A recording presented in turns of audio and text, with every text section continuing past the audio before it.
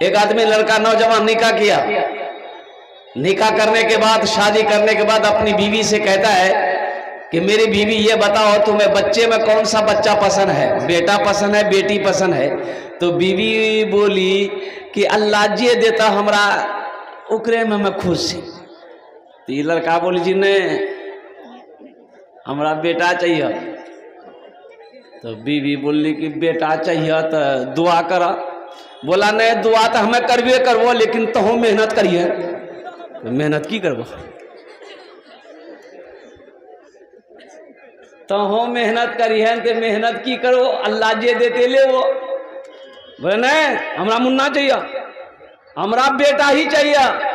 अल्लाह का हुक्म, अल्लाह के इज़्न से हमल रुका। 1 साल के बाद बच्चे की विलादत हुई, बेटे की शक्ल में नहीं, बेटी की शक्ल में। क्या पैदा हुई? बेटी पैदा हुई। ये बुधवा खाना ही छोड़ दिया।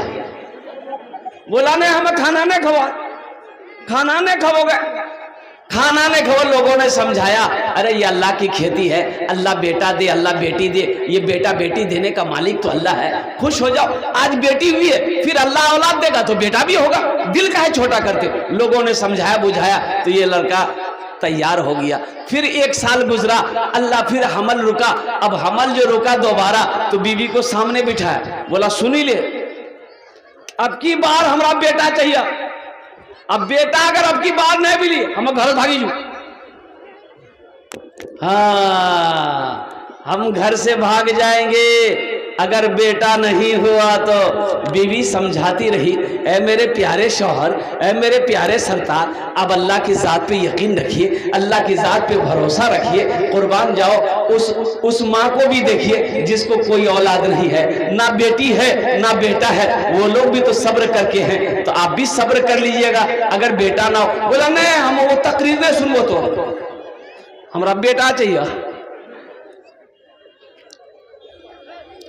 वक्त विलादत के करीब आया तो बच्चे जब पैदा हुए तो वही बेटी पैदा हुई। और हकीकत में बुधवा घर से भाग गया, वो घरे छोड़ दिया। लोगों ने फिर समझा बुझा कर उसको लाया। तीसरी मर्तबा फिर हमल रुका। तो अब बीवी को फाइनल बोल दिया कि फाइनल सुनी ले, अगर आपकी बार बेटी भेलो हम दिल्ली भागी।